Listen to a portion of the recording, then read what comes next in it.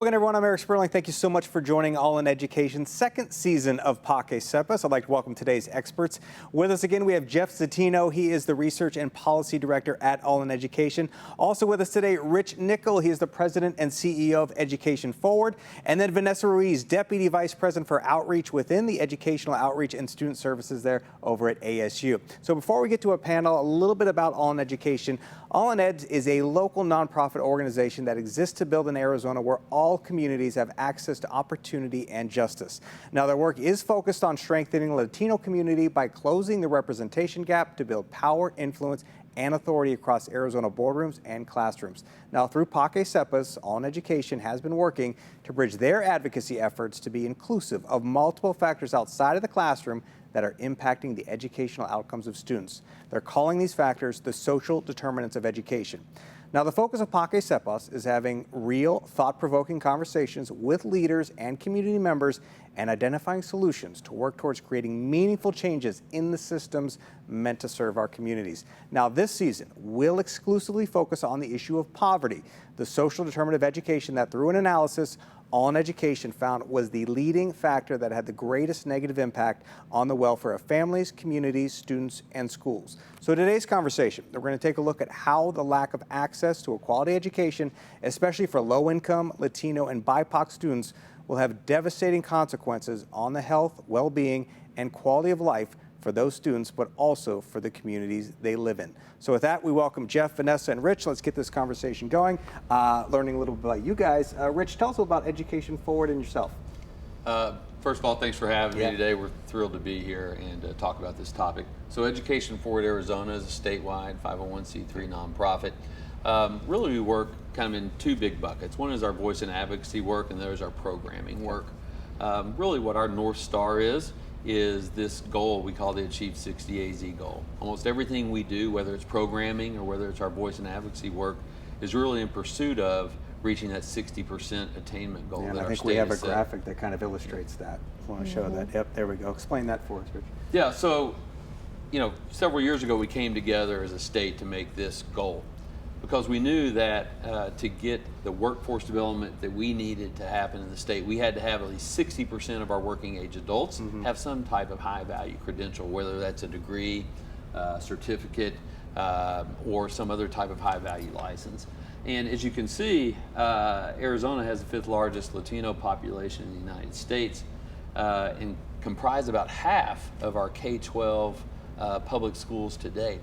However, when you look at the graph, it tells a pretty disturbing story, but also one of great opportunity, which is that while the white attainment rate for our state is about 57%, and the overall attainment rate for the state is about 48%, right now we're at 31% for our Latino working age adults in the state.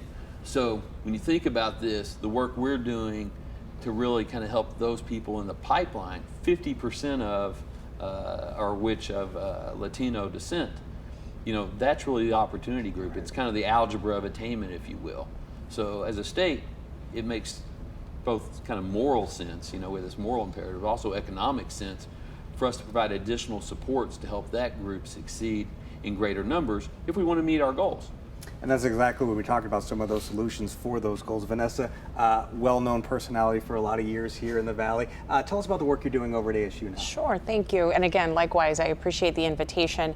So I have the privilege and opportunity to serve as Deputy Vice President for Educational Outreach. What does that really mean? So we work with over 100,000 Arizona students, K through 12, and their families all across our state, to prepare them, empower them, make sure that they have the resources and the tools they need to successfully transition from middle school to high school and then into post-secondary.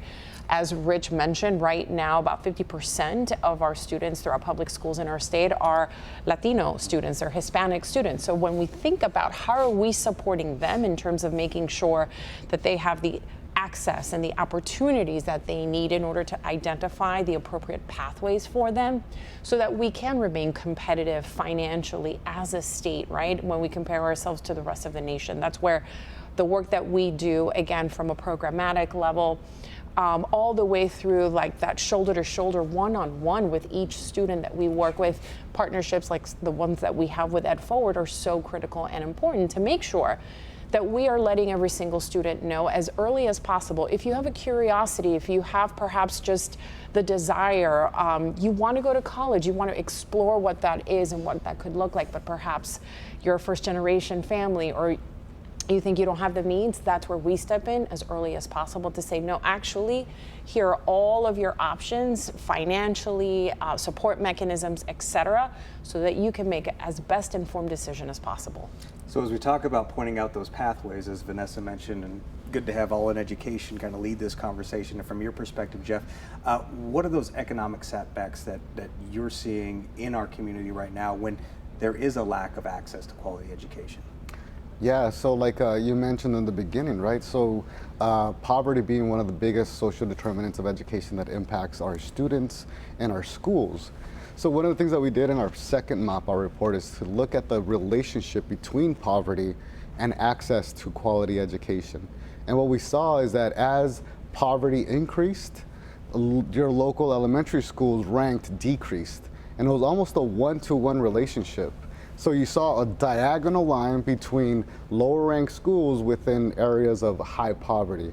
And within these areas of high poverty, we have like a high Latino population. So we started to think about the journey, the academic journey of the Latino student and all of the barriers they have to face every single day as they go to school. And we started calling those the social determinants of education.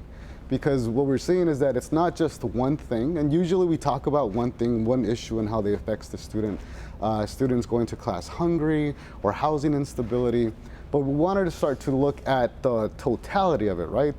All the social determinants, where you live, learn, work, and play, housing instability, access to nutritious food, access to employment opportunities, all of these things, having a safe neighborhood. All of these things increasing the likelihood of a Latino student finding opportunity to make a higher wage and bring that wage back to their community, then ameliorating some of these social conditions that are affecting our schools, teachers, and students. So Rich, let's dig into some of the data that Yep. Jeff was just talking about, and talking about income inequality here within communities, talking about long-term implications here for our local community. Let's go into some of these numbers. I believe we have some more graphics to pull up on the screen. Yeah, walk us through that one, Rich. Yeah, so there's some risk here, as Jeff laid out, and also there's some real upside when you talk about post-secondary enrollment, and it's why it's so important for us to try to get there and try to make sure that we're helping everybody get access to that. As you see here, this was from a report we recently did with the Helios Education Foundation called Billions to Gain.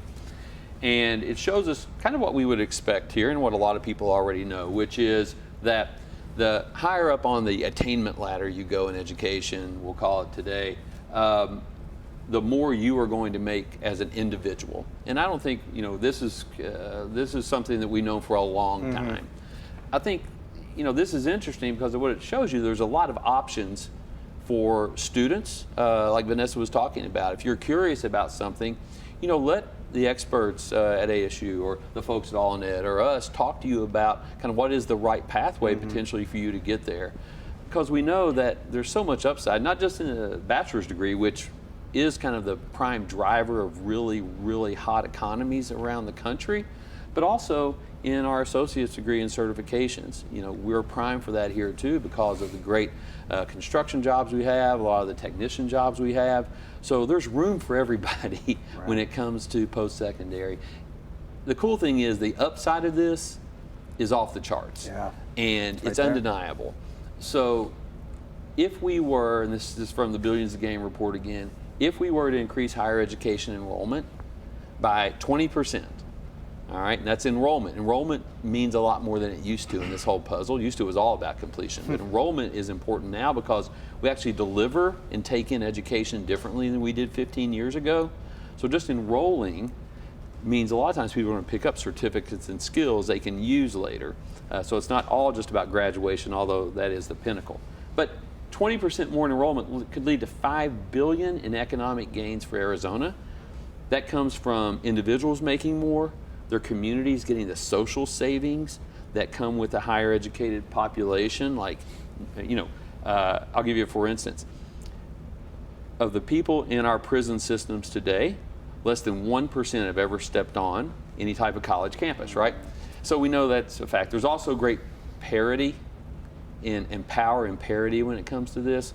So we know that if everybody was enrolled and graduated at the same rate as their white peers here in Arizona, that it could be worth like $8.7 billion per cohort. Wow. So like Yeah. these numbers are amazing. And this is what's driving us, because it's good for everybody, the individual, community, and the state. So Vanessa, as we continue this conversation, looking at it from an economic lens here, and now how about, when we talk about not just attracting businesses to Arizona, but also retaining businesses. So where does quality education play a role in that? It plays a critical role, Eric, and I'll give you one specific example, which is the semi-manufacturing industry, right? Arizona has become Huge this right now. Yeah. ground zero on a national level for this industry, and we've had so many of these companies coming to our state, and one of the very first things they asked was, what is the quality of the state, and how is your Arizona workforce going to be trained? Are we going to get enough skilled workers? And as a state, we made a commitment to say, we are going to be investing to make sure that you have that qualified workforce. And not just because, it's a business imperative, but also, frankly, because it's the right thing to do for our Arizona citizens and residents. I personally don't want to continue to hear companies who are here in Arizona say, we just can't find enough talent, and so now we have to outsource outside of the state. So I'll give you another example. One way in which we're helping to hopefully bridge these gaps and connect the dots is through one of our initiatives called Leverage AZ. And it's really an ecosystem where we bring together industry, community nonprofits, educational leaders, students and learners in middle school, high school, current college students, the transfer student into college or into a four-year university, and then the individual who perhaps may not necessarily be enrolled in a degree program, but is interested in getting a certificate or license.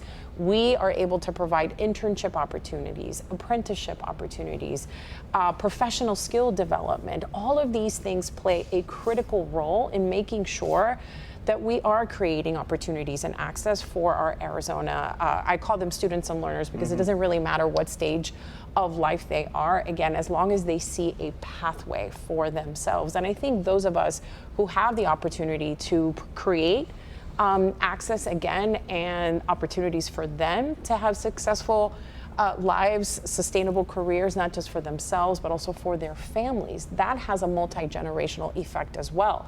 So while we're working with the student, we're also working with their families, which again, that's something that is critical, especially when working with diverse communities. All right, so talking about families, talking about students and some of the pathways you were just mentioning, what about step one when it comes to just education when it comes to post-secondary education? This is going to sound very Pollyanna, but I will say, I think the very first step, particularly when we are trying to engage our diverse communities across Arizona, is connecting with the families and removing the fear and making them advocates and empowering these families to be the very best champions for their child's education. Think about it this way. A lot of the families who we typically work with are first generation. They've never had that college going experience. They don't know what to expect. It can be very overwhelming. If on top of that, you're from an immigrant background, right? Perhaps you're not familiar with the US education system. All of these factors play a critical role. Empowering these parents and saying, no, you do have an active and critical role to play in making sure that you are connecting with your child's teacher, with their counselor. Let us help you fill out a FAFSA. Why is this important? All those steps at the end of the day add up into creating a system where hopefully there's more trust, there's more confidence, and we do see very much so the results of that in the communities that we're serving. So I would say as a first step, building that empowerment and that self-confidence within the families of our state to say, if you want to go to college, if you want to go down a particular pathway, don't just shut it down. Because I have to tell you, and you've seen this, we're talking to families that their students are in eighth grade, and they're already telling us, college is not for my kid. College is not in the cards for us. You know, that's not something that is attainable to us. So that's why it's so critical that we actually have these early interventions to get in there and say, actually, no, let us show you all of the plethora of options that you do have, and let us get you on that path.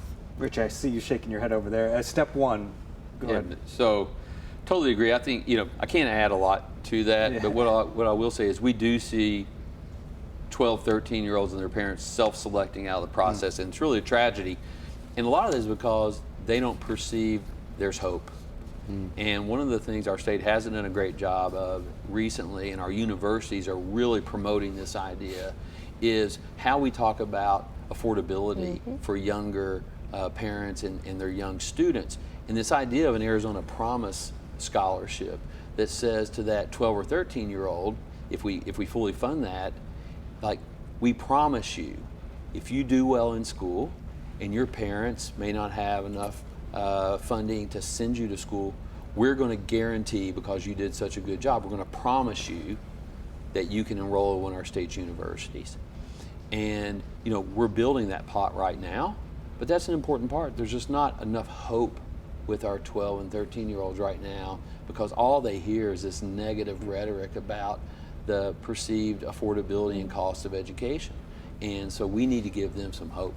If I could add to what Rich just shared, one of the things that we have been encountering much more frequently lately is sort of this narrative of questioning what is the value, right, of a college education. And I think it's important that we distinguish between the value, say, of going to college and what does it cost to go to college, because those are two very different things, right?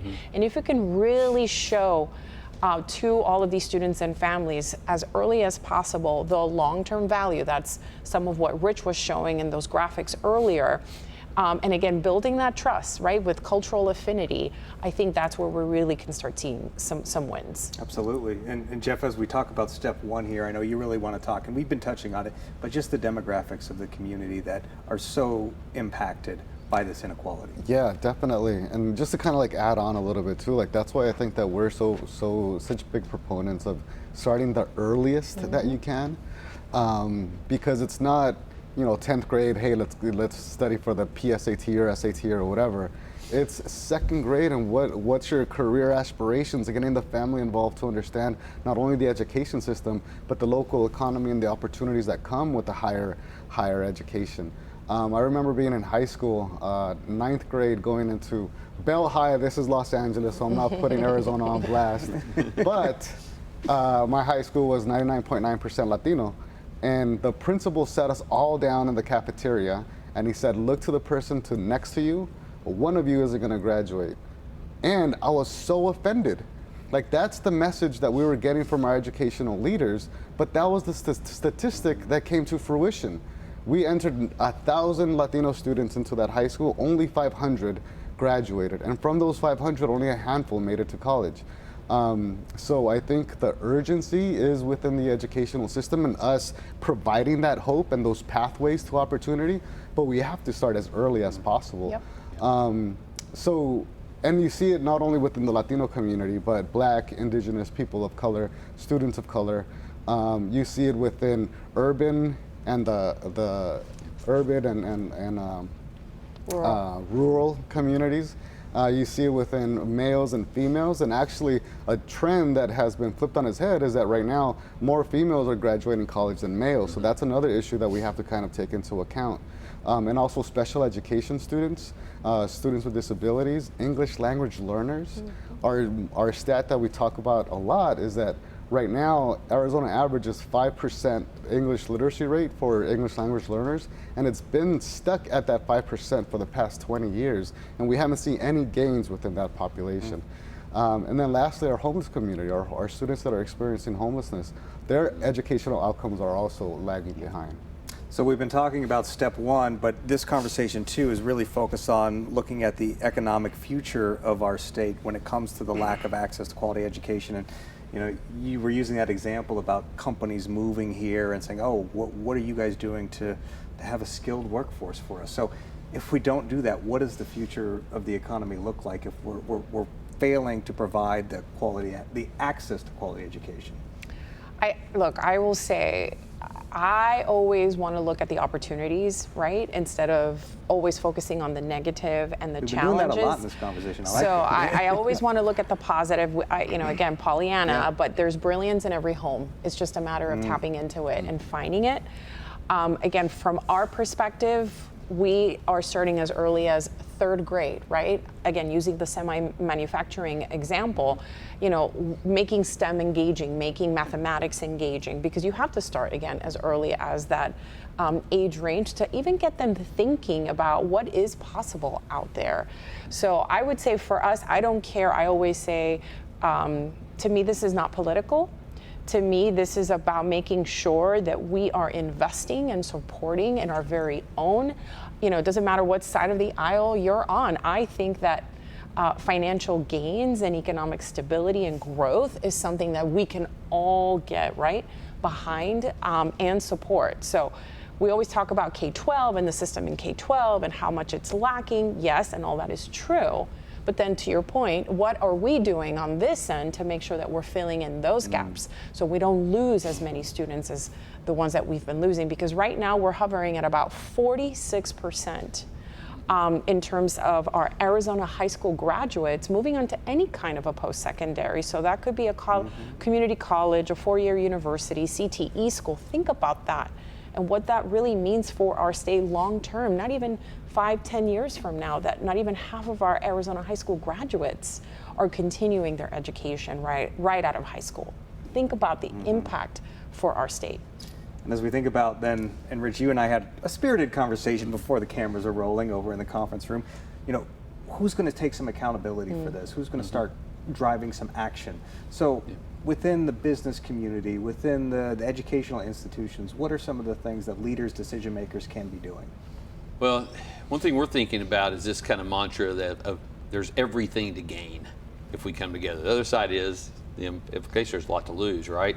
And I think what's encouraging me right now is as I go out and talk to big employers in our state, CEOs, executives in charge of talent, they see this and they want to be helpful, probably more now than ever. And so one thing we're really trying to do is bring business leaders, employers, and educators together to say, you know, we have to work on this together. And we can't hold each other accountable by just complaining about the production of the other. We have to get in there and figure out what the solution is, what the plan is. So I think what you're going to see us trying to do over the next year for sure is bring those leaders together, say we agree that we need to work together, not on parallel tracks. And once we do, we need to put a real plan together that says, okay, what are our universities going to be responsible for? You know, we've got 500,000 degrees and certificates that we need to make that are new to our economy if we're going to reach our goal in 2030. So that means universities have to commit, community colleges have to commit, private schools have to commit. We have to say, okay, this is a holistic issue. We're going to import some people too. Then the business has to say, here's what we're going to do. We're going to work harder on apprenticeship programs and internship programs. We're going to reskill and upskill our employees. We're going to help those that have some college no degree go back because we know it's good for all of us. And then we're going to put a plan on paper, and I think that's how we can hold each other accountable, Right. is by really saying we commit to this. And then, you know, if you plan it and measure it, good things happen. And one of the things Rich is talking about there, Jeff, is cross-sector collaboration, getting different entities involved. How important is that to not only just making decisions, but also engaging parents and students for what we were talking about, step one is so challenging sometimes. So where does cross-sector collaboration fit into that? Right, and I love that Rich kind of talked about the more macro level and how we all need to be on the same page, because this affects everybody, right? This isn't a Latino problem or African American problem. This is an Arizona problem, and we all need to pitch in together. You also stole my thunder, Rich. Thank you so very much. Sorry. To talk about the importance of measuring and then having really specific metrics on what is it that we want to accomplish. A lot of the times we get into tables or coalitions or groups that say we want to do something great, but then it falls apart because we haven't defined that greatness, right? So what we're starting to look at is very specific numbers around chronic absenteeism, because chronic absenteeism, once you dig beneath the surface, you find all of the social determinants of education: housing instability, nutrition factors, transportation, et cetera, et cetera. So we're identifying really specific indicators around chronic absenteeism and how it relates to third grade literacy and eighth grade math. So by taking those measures, now we could build a community coalition that has service providers and advocates and public agencies around the provision of more stable housing or WIC, TANF, any of those social determinants of education, so that we're all aligned and we know what we're measuring at the end of the day, and we're measuring what's important: literacy and math proficiency. Well, another thing we were talking about right before we came on stage, well, what's working in our community right now? What are some of the models? What are some of the examples? And Vanessa, if you wouldn't mind sharing anything that you're seeing right now that you think is repeatable? Sure, absolutely. Well, I'll mention again the example I mentioned just a few minutes ago, which is Leverage AZ, right? Yeah. So again, it's an ecosystem. We've brought on industry partners, so we're working with entities like Bank of America, APS, SRP, Deloitte, and they are walking the walk to what Rich was saying. And I think the great thing about it is that they're also transparent with us in saying, we know we need to do this. We're not quite sure how to do this. Help us. And that's where an organization like ASU steps in and says, all right, here is the framework, and we connect them again with our students. We have partnerships across districts and schools here in the Valley, again, beginning in middle school and high school, all the way through college and after graduation, with our nonprofit partners, so Dress for Success, et cetera. So also tapping into what we call those opportunity youth, which are those individuals between the ages of 16 and 24 years old that may actually either may not be going to school and also not working. So what are they doing, and how do we connect with them? And it's all about, again, creating those pathways and seeing what is possible for them. Via apprenticeships, via internship opportunities, frankly, also sometimes putting diverse leaders in front of them and sharing in their own journeys and in their own stories, and here's how I did it. That has a lot of value and impact for the communities that we serve to see themselves reflected in what could be working at a place like Intel, for example, et cetera. So all of these things coming together, again, Leverage AZ is the way that, at least in our organization, we're seeing some real impact, and we're actually already seeing, for example, through Deloitte, some of the students that we've been able to put into that mentorship program getting hired straight out of college into that company. And they want to continue to grow those numbers because, again, they recognize we need to diversify our own ranks. We want to invest in Arizona. We're not quite sure how to do it, and that's when we can step in and support. Yeah, you're not only creating those pathways, as you talked about, for the students and families, but you're also creating pathways for the business community and the nonprofits. Absolutely. For us to come together. Rich, how about you? What examples of things that you like working in our community right now? Yeah, so I think there's a couple of policy pieces that we do see starting to work. One of those is how can we get more students in high school really thinking about and doing post-secondary level work. There was something in the budget last year that provided some funding and some supplementary funding for those who might want to be concurrently enrolled, or more commonly known as dual enrolled. And so one thing we know, especially for those students who are from first generation families, those who are from low income communities, is that they can get some experience through dual enrollment, which means they're actually doing college level work while they're in high school. And there's some funding there, an investment there to help them pay for that, that we see those students enroll in really robust rates and do well. Plus it cuts time off of their time in post-secondary, so there's an affordability piece there also. I think the other thing, and it wouldn't be a show if we didn't talk about this a little bit. We have to get students thinking about the value of education in their own terms and doing things to get there earlier. One of those most important things is completing and submitting their FAFSA.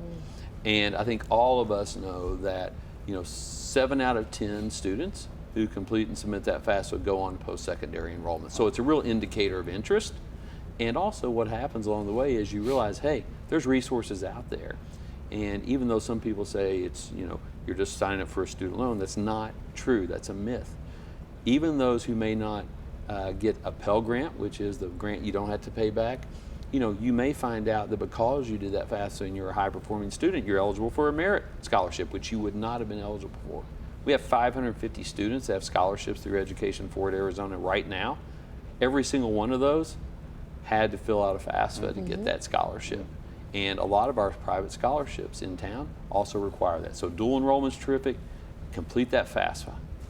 So as we wrap this conversation up, and we've been doing it, we've been throwing some calls to action out there. We've been talking about how to bring leaders in the community together. We love to kind of just go around the stage and get one final call to action from each of the panelists. And Jeff, we'll start with you from the All in Education perspective as we wrap this conversation up about the economy. Awesome, thank you so much. One thing that I did want to bring an example of some things that are working. Texas, New York, California, and a couple other states have begun to use unique identifiers that track students from childcare, daycare, Head Start, pre-K, kinder, middle school, high school, graduation, and into the workforce. I think there was a similar movement in the university space where we started to track university graduates and how they got connected with the workforce and seeing like the return on investment in that graduation of the degree. I think that there's an opportunity to start doing that with high schools and even primary and secondary schools, just to see how much are we leaving on the table and the urgency behind really investing in these schools, especially in areas that have been hit by poverty, so that we see in dollars and cents what's going on with the graduates from these schools. A call to action that was posed to me lately was from a parent. We've been working with a lot of parents in certain school districts, and this parent wanted to go to their local school board and really blow it up, because he was extremely angry at the situation in his classroom. Not only the lower literacy rates that school had, but a teacher that was coming in and out, substitute teachers throughout the whole semester because there's a teacher shortage, looking at facilities and seeing that his child's facilities were not reflective of the rest of them in Arizona. And his child in the 3rd grade is the one that has to deal with the education system that we're all advocating to change and working to change for. But his experience and the way that he was talking to me and the way that we had to talk him down and have him understand that there's different avenues for advocacy, but just his energy and the realization that this isn't an issue, these are lives. And every single semester and every single year, there's kids that are either falling behind or closing the gap. And I think that's been my call to action lately. It's just the different approaches to the advocacy. Yes. Yeah. Rich, same question here. What's your call to action to the community? I think mine's a little more pointed and a little less subtle, which is, narrative and messaging matters. Let's quit saying college isn't for everyone. No matter how well intended that message might be, there's a lot of sides to that that take on a little darker meaning. So I would say, if somebody thinks college isn't for everyone, I would ask them who is it for and who gets to make that decision and who does not get included, right? And we know what the data says behind that, and it's no surprise to you all. People who aren't included in that is the ones who don't look like the people giving them the advice, right? People don't have access to the same information. So let's quit with the college isn't for everybody mantra. Instead, let's prepare every single student to have an option when they are ready to make that choice of what they want to do after high school, what education they need or want for their family and themselves after high school. That's the message, is let's make all those children prepared to make that good choice. All right, Vanessa, this has been a fantastic conversation. Yeah, Okay. well, Your 100%, Rich. I think you said it very well. Let them make that decision, right? Don't take the decision away from them before they have an opportunity to really think through what is best for themselves and their families. I would say the call to action also is we need to make sure that we are paying attention and supporting the families, the caretakers. Let's not take our eyes off of them, because again, they are a critical component to making sure that that student, that learner is successful on their journey all throughout, and again, upon hopefully at the end of their college journey, graduation and beyond. So I think families, if I could say call to action, let's support them. And again, families nowadays come in many shapes and sizes. So I say families and caretakers, right? Because it could be abuelo, abuela, tío, tía, we all know that, one. Two, and this is for the business community, a little bit about what we were just talking a minute ago. Again, you don't have to have it all figured out, and that's okay. It's okay for us to come together and work on this critical issue as a coalition of support. But I would say for businesses, large and small, walk the walk. Walk the walk, because at the end of the day, it is investing not just in your business, but also in your community and the success of your state, short, mid, and long term. Fantastic panel, by the way. Incredible panel. Thank you so much. We appreciate y'all joining us for All in Education's Paque Sepas, the social determinants of education. As a reminder, we're going to continue building on the conversation every month, bringing you a deep dive around each of the topics. So, Jeff, thank you. Vanessa, Rich, thank you so much for sharing your knowledge on this topic. All in Education, of course, would like to thank their sponsor for making these conversations possible. Yeah, thank you to the Garcia family for making this possible. They've been tremendous support. All right, make sure you tune in next month as we have the final conversation of the season and wrap up the conversation on how poverty is the greatest barrier to student success and outcomes. Thank you so much for joining us, and we'll see you next time.